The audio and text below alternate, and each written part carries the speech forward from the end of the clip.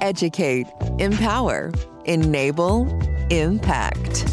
Thank you for tuning in to That Will Never Work podcast, where we share inspiring information and personal experiences related to business and the entrepreneurial journey from those who are leaders in their respective field. Now, here is your host, author and business coach, Maurice. Thank you very much for tuning in today, ladies and gentlemen. I have a special guest for you today. She is an award-winning master business coach. She's an serial entrepreneur. She's an author. She's a CEO. You know what's special about her? She has a lineage based off of entrepreneurship. And maybe she'll talk to us about it a little bit today. Maybe we'll get into that. But I really encourage you to listen to some of her past episodes, her interviews, things like that. That talks a little bit more about that. But I appreciate her for coming on today. She is a pleasure. She is my friend, my forever friend. Her name is Collette Portis. Thank you very much, Collette, for coming on today. You're welcome, Maurice. Thank you for having me. This is going to be fun. And yes, we will be forever friends. Yes. So question, Collette. One of the things that I hear people talking about, one of their questions or they're struggling with, why should they hire a business coach? Because that's something that I see a lot of people struggling with. So based off of your past, do you think your grandparents or whoever it was could have used a business coach, and why would it be important? But ultimately, let's answer the first question. Why should someone hire a business coach? Yeah, that is a great question. But to that question, I ask, why would somebody hire a football coach? Why would somebody hire a basketball coach? Why did Jordan have multiple coaches? He did. Because he wanted to be his best. And he wanted to shorten the time between him starting something and succeeding in it. And that's the reason why you want to hire a coach. You want to hire a coach that has experience in getting people to where you want to be. Not just any coach. Every coach is different. We all do something different. Right. So you want to find that coach that has done what you need to get done. You know why? Because like Sojourner Truth, they know what tree to turn at. They know what house to go to. They know where to stop and where not to stop. If you try to figure that out on your own, it could take you 50 years to figure out on your own what somebody already spent 50 years doing that can help you to get there in 2 years. That's the reason you want to hire a coach. Your question was, do I think my family would have been found more success had they hired a coach? Absolutely. Listen, your coach should do two things for you.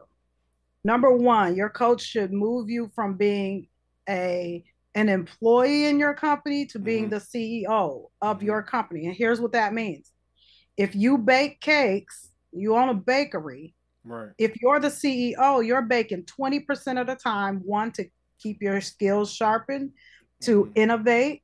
And the rest of that 80% of the time, you are running your company, overseeing, looking at sales, looking at reports, looking across your markets and all of that. Right. Your coach should be moving you to that 80-20. Something magical about 80-20, right? It applies in so many different places. It does. Secondarily, your coach should be the one that's helping you to overcome whatever that challenge is that is preventing you from getting to the next level. But let me say that with just a little bit of caution. And here's why. Because it's my belief that it's never a setback unless you quit. Okay? It's just another level. So think about it this way. When you graduated from elementary school, yes, right? Before you graduated, you were the king of the mountain. You knew the lay of the land. You knew everything. Y'all were making the rules, right? Right. But once you graduated into middle school, you were the peon. You didn't know anything. You didn't know where the bathroom was, what time lunch was. Do people really eat this food here? You didn't know any of that. Right. Life is a series of levels. It didn't stop because we got out of school. It just continued. So your coach needs to be able to either get you to level 10.9 and or get you to level 11.1 and beyond. They should always be pushing you through those levels. You will likely change coaches at those levels. So don't be disappointed because you've outgrown a coach. That just means you're at the next level and they don't have what it takes to get you through the next one. That's all. So how do you deal with when people are not finding the right coach? Where can they go to find coaches or someone that can inspire them to get to the next level? Because sometimes you get to someone and you realize, I've been with you for 5 years, I've been with you for 10 years, I'm gonna ride out with you, but they have not progressed you as much as you think you could have. What do you think, or how can someone find that person that's going to push them to another level, if you will? Yeah. Okay, so I'm going to answer that question from both sides. I'm going to answer that question as if you were a coach, and I'm going to answer that question as if you were another type of business owner looking for a coach. If you're another type of business owner looking for a coach, the very first thing you want to do before you strike out to find a coach, what are the top 3 problems in your company that keep you up at night? Write them down on a piece of paper. Right? And when you're interviewing coaches or you're looking for coaches, first off, never believe the hype. Never believe the hype. Maurice, I've been doing this for 30 years. It's been a long time. So I got a little bit of experience, right? Yes. About 3 months ago, I was talking to a business owner who spent $250,000 in 90 days on a coach that didn't help them to get anywhere. Wow. You know why? Because they believe the hype. Men lie, women lie. Numbers don't lie. Right? Right. When you are interviewing a coach and you're looking at those top 3 problems, right? And let me tell y'all something. One of your top 3 problems is not social media. Maybe connecting with your customer, but not social media. Okay? Right. Or marketing. Maybe connecting with your customer, but not social media or marketing. Those are symptoms of the problem. Figure out what your problem is, not what the symptoms of the problem is. And then ask them for data. And then ask them for references. Who do they have? Who can they connect you with so you can ask real questions of that person? Right?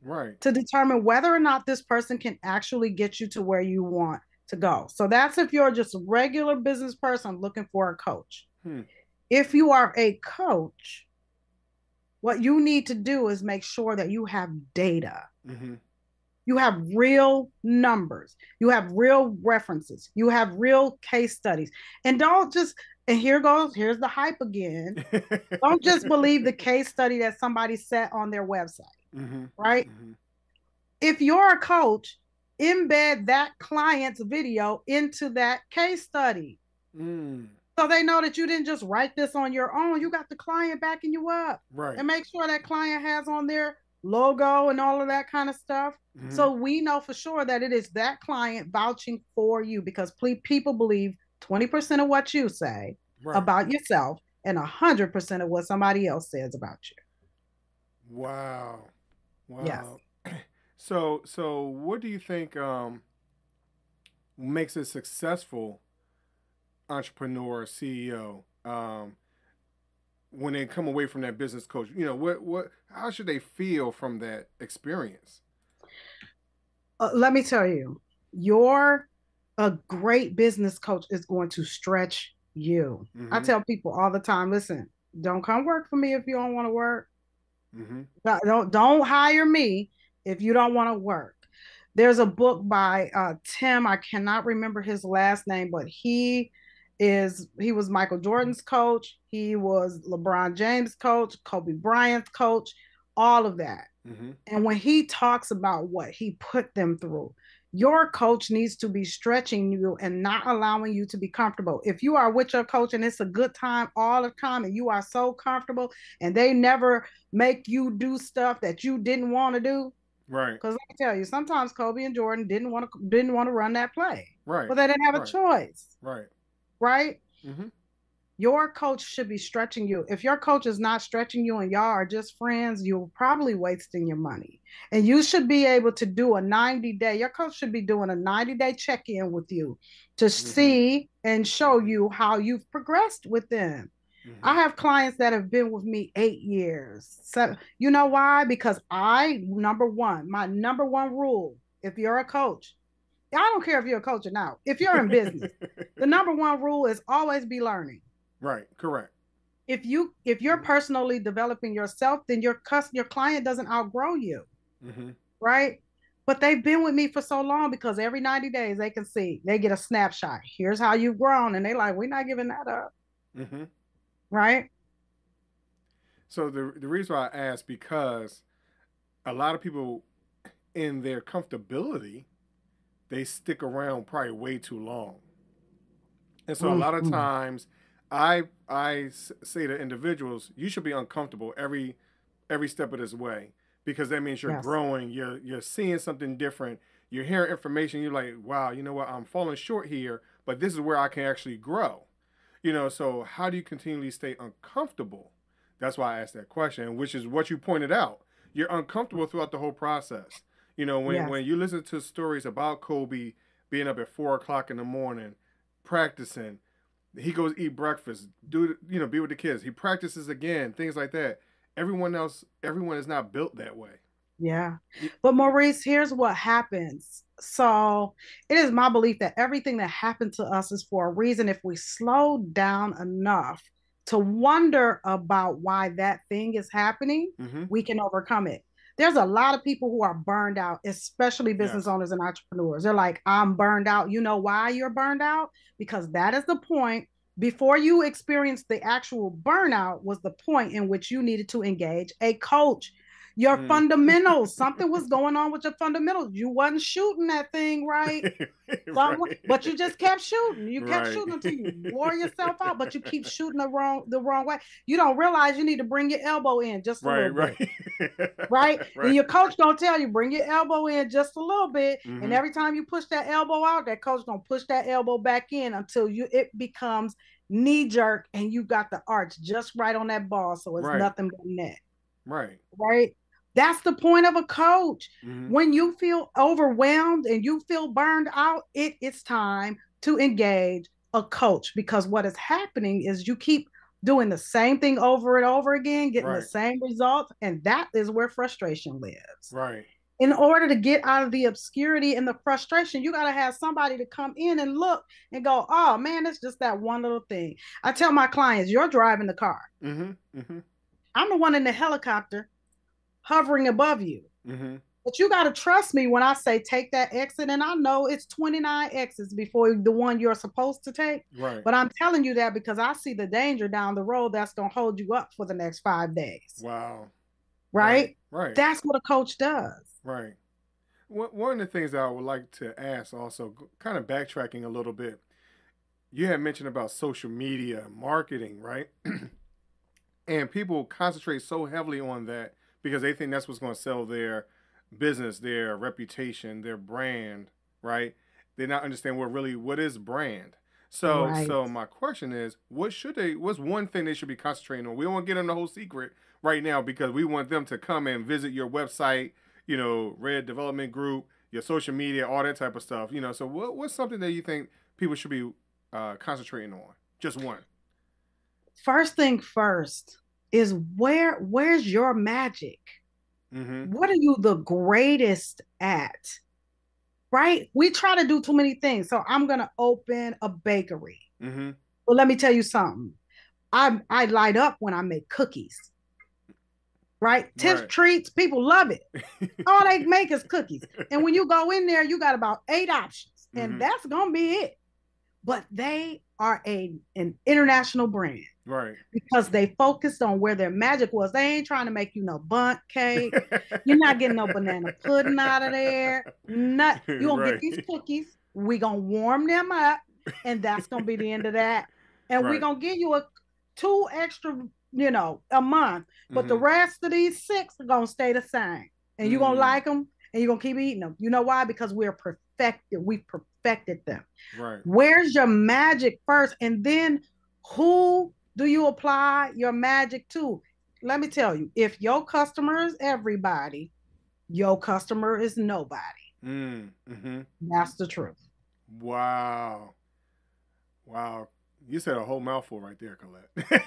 I'm just saying. You have. So like I said, I just want people to reach out to you, right? And find out what you have going on. So where can they find that information right now? As you mentioned earlier, they can go to reddevelopmentgroup.com. If you just Google Collette Portis, you'll find tons of stuff. Yeah, you can definitely find us on Instagram. You can find us on LinkedIn. You can find us on Facebook. And let me tell you something, Maurice, I will admit that our social media is not like everybody. We ain't out there every day because we work over here. Yeah, we work over here. So cool. That's a good thing.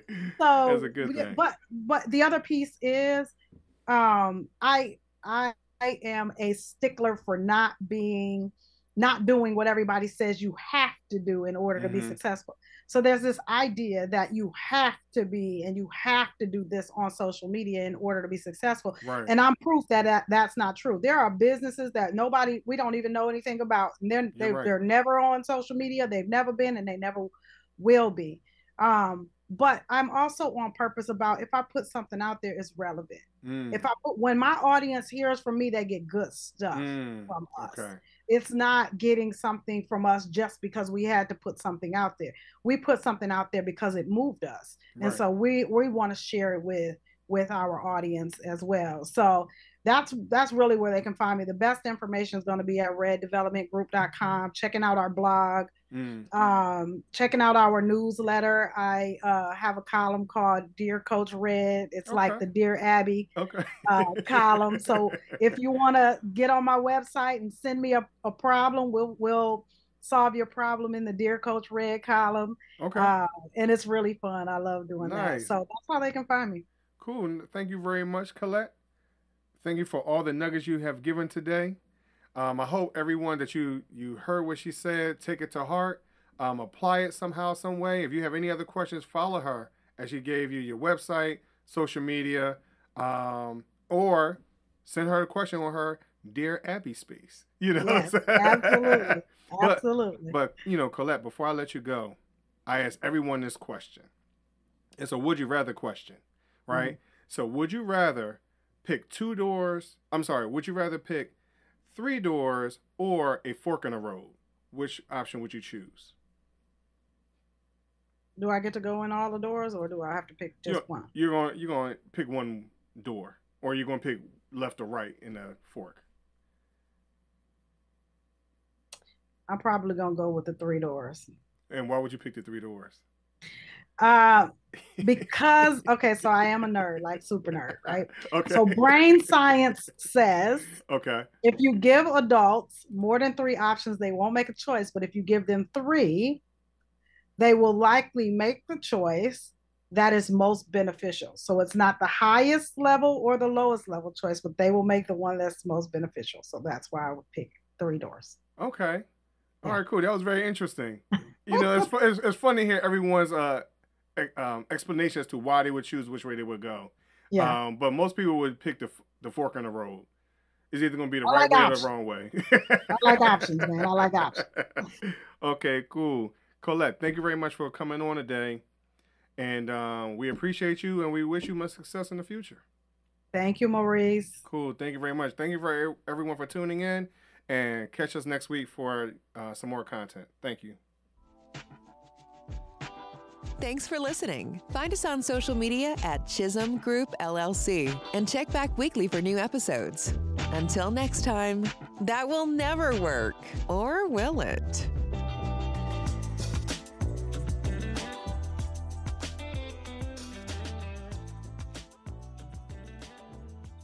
Recording stopped.